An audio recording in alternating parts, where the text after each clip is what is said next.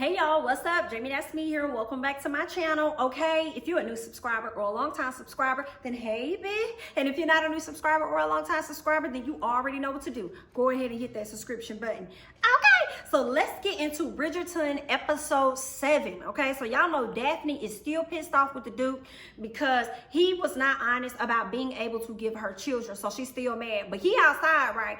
He's shooting these birds, okay? And she over there trying to play her piano, but every time he fires a shot, it's a problem for her. So she decides to open up the door. Like, since you're getting on my motherfucking nerves, I'm gonna make sure I get on your motherfucking nerves, okay? So if I gotta hear that, you gonna hear this. So she over there just playing on her piano as loud as she can. They just getting on each other's nerves. It's quite comical, but she was able to, you know, finish her little piano piece. So we see them both at the table, sitting down, eating, and she's talking to the maids, like, can y'all make sure y'all get my stuff, remove my items and things out of the Duke's room? And the Duke said, oh, honey, that won't be necessary. She said, why not? Why you trying to keep me hostage? And he was like, you my wife. That's period. And we not gonna have no separate rooms. We're gonna be in the same room whether you like it or not. How about that? Next thing you know, Miss Colston comes in to give Daphne the latest issue of Lady Whistledown. And Lady Whistledown pretty much got a story out there. You know, the whole scandal dealing with Colin and Marina. Marina trying to hurry up and rush into marriage because she is with the child. So once Daphne reads that, she was like, okay, well, we may go at once. And he's like, where you going? She was like, well, I'm gonna go see my family. My brother and them in the paper. Something came up. He was like, well, I'm going with you. She was like, I don't want you going with me. He was like, well, I'm going to come with you anyway until I know that you with our child. And she was like, well, then I guess that's going to be fine. And I guess we ain't got no choice, honey. Well, whatever it's going to be, just make sure y'all get a large enough carriage because I'm not trying to sit next to this mother.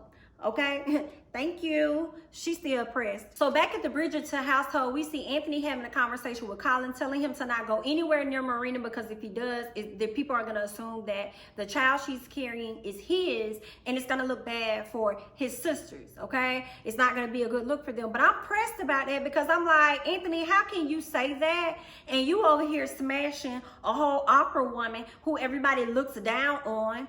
Okay, you out here doing what it is that you want to do. I'm confused as to why it's an issue for him to go and have a conversation with this lady. Why is it that you can do what you want to do, but they can't? As if that's not going to affect how people see your family, okay? And see your brothers and whatever else. But I guess, honey, this was back in their time. Next thing you know, Daphne pulls up. Everybody's shocked to see that she's there. Her mama said this may be just what we need because now that she's here with her husband, this can be the distraction that we need to get people off our family, okay?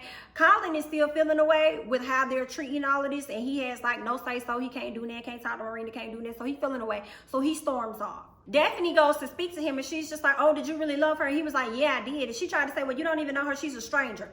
B.I.T. You didn't even know the Duke. He was a stranger to you, girl. And after what happened the other night, girl, y'all still strangers, okay? So you still don't know this man, girl. Why you sitting over there trying to be on your brother case about what's a stranger and what's a not so stranger? Girl, Daphne got on my nerves, honey. I was like, you and Anthony? I know y'all ain't talking about nobody, honey. I know y'all not, girl. You sit up here talking about somebody marrying a stranger. Excuse me. Okay, excuse me, ma'am. Okay, you over here to marry the whole stranger. Everything that y'all got was because that's what you wanted. Man wasn't trying to be with you for real, for real. I mean, maybe he was just a little bit, but not a whole lot, but a little bit, but it's whatever, girl. But long story short, okay, Daphne has a heart and she was willing to arrange some type of meetup between he and Miss Thompson. So Colin is very happy about that. So the Duke arrives at the house, okay, and Daphne is peeking out her door trying to see, is that him, girl? Oh, that's him. She tried to close the door back like he didn't see her. He was like, girl, I already see you. So she opens up the door like, where you been? Okay? And I don't think he told her exactly where he's been, but she was like, that's what we're doing? Is that what our marriage going to be about? You're just going to be out here going and doing whatever you want, coming home late at night and not having to tell me anything? He was like, girl, I've been married to you 3 weeks. And you have the audacity to assume that I'm being disloyal already, girl? Wow. And then next thing you know, they walk closer to each other and they gaze into each other's eyes and they get it in on the stairs, honey. Daphne keeps her word. She allows her brother to come over and see Lady Thompson.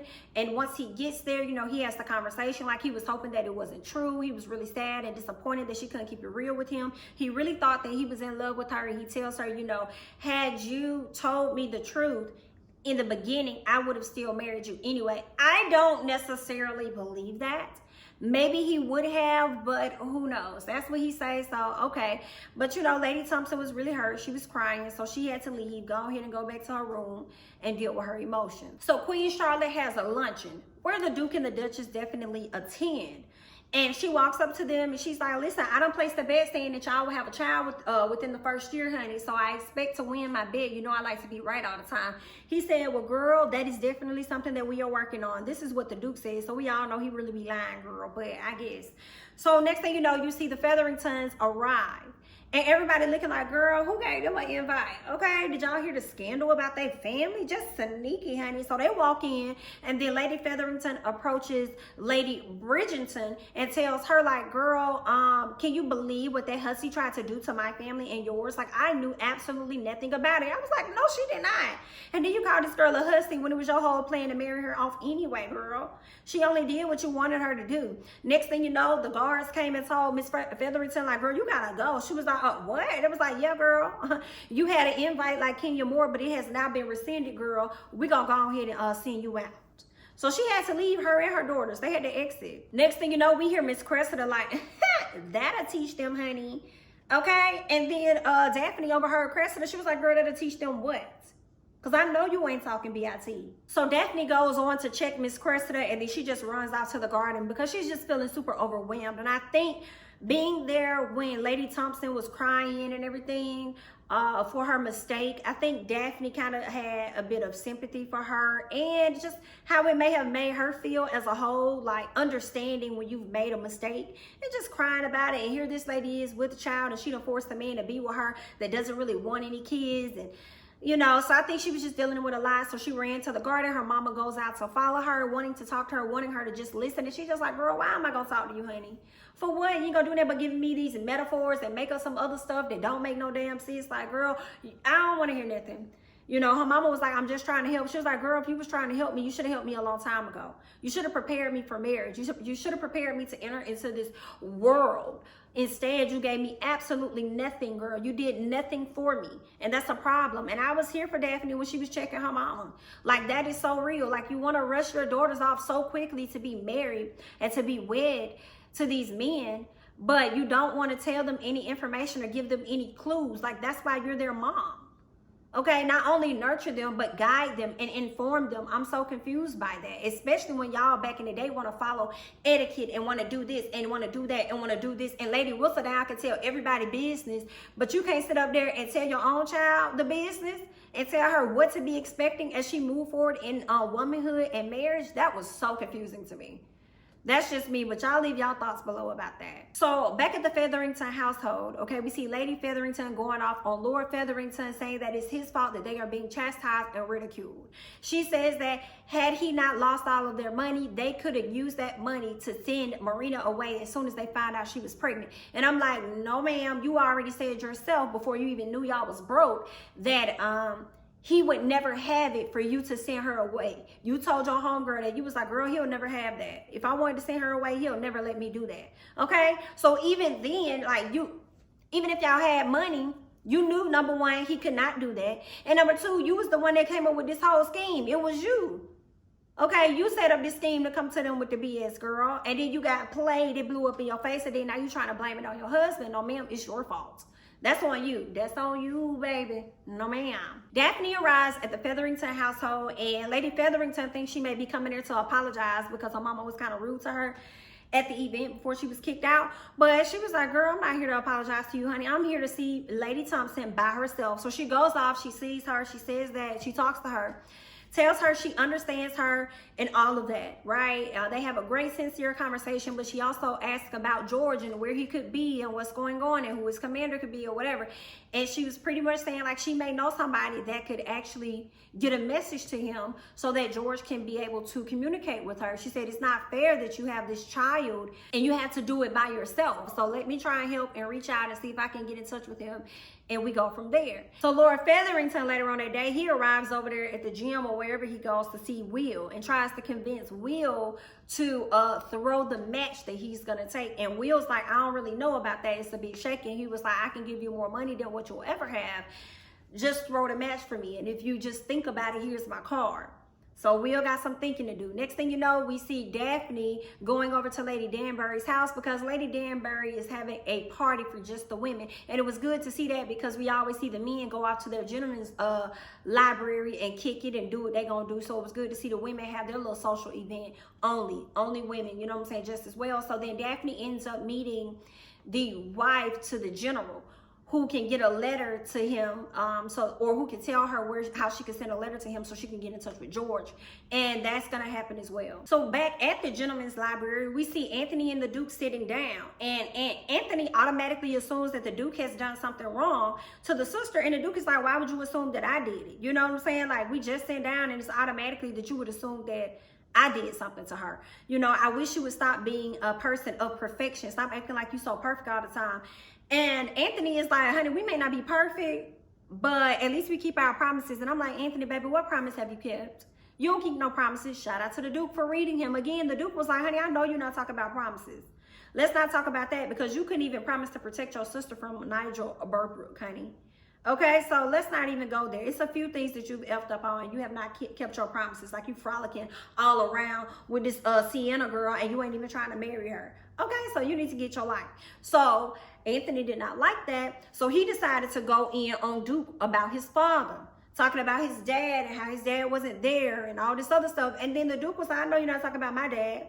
You ain't got your dad right now either, honey. And it looks like you're not even doing a good job. I'm sure he's not proud of you with the SHI that you've done these past few weeks. Matter of fact, I'm sure he's not proud of you as a whole. Like, you are his heir. Okay, you the firstborn. You have yet to get married. You have yet to start a family. Okay, you ain't doing that yourself. So I know you're not talking about my father and what's going on over here, honey, when I'm sure your father over there rolling over in his grave. And that's on P. So then, so Anthony got upset, and when he heard that, you know, Anthony really didn't want to hear that because his mama done already pretty much had that conversation with him.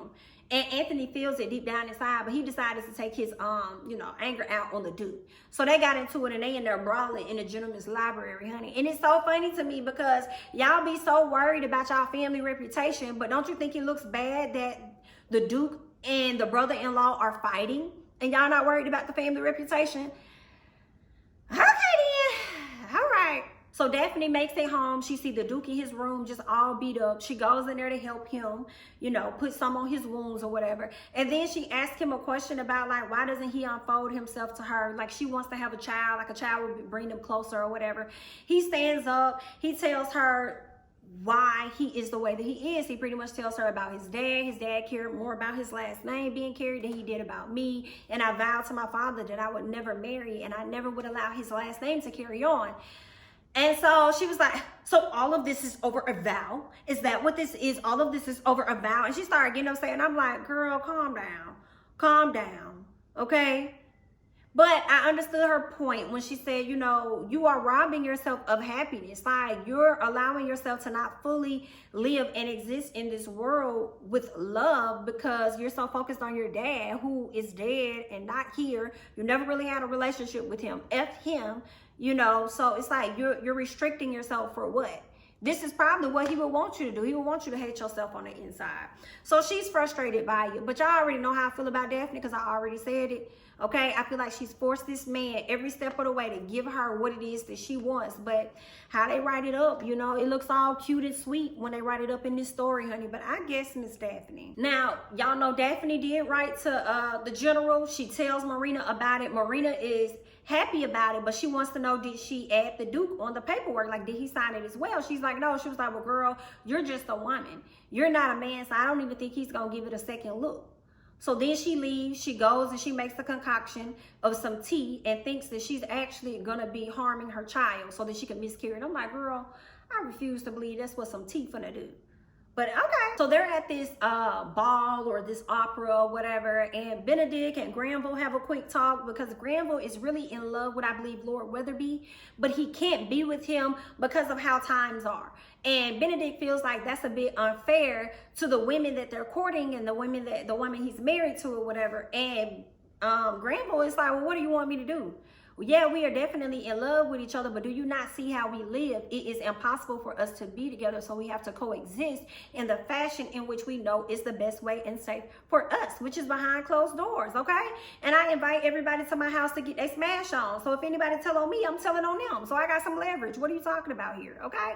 It is what it is. Let's move on. So then we see Eloise get approached the queen, wanted to talk about Lady Whistledown, but the queen said, girl, I don't need you anymore, honey. Okay, your services are no longer needed.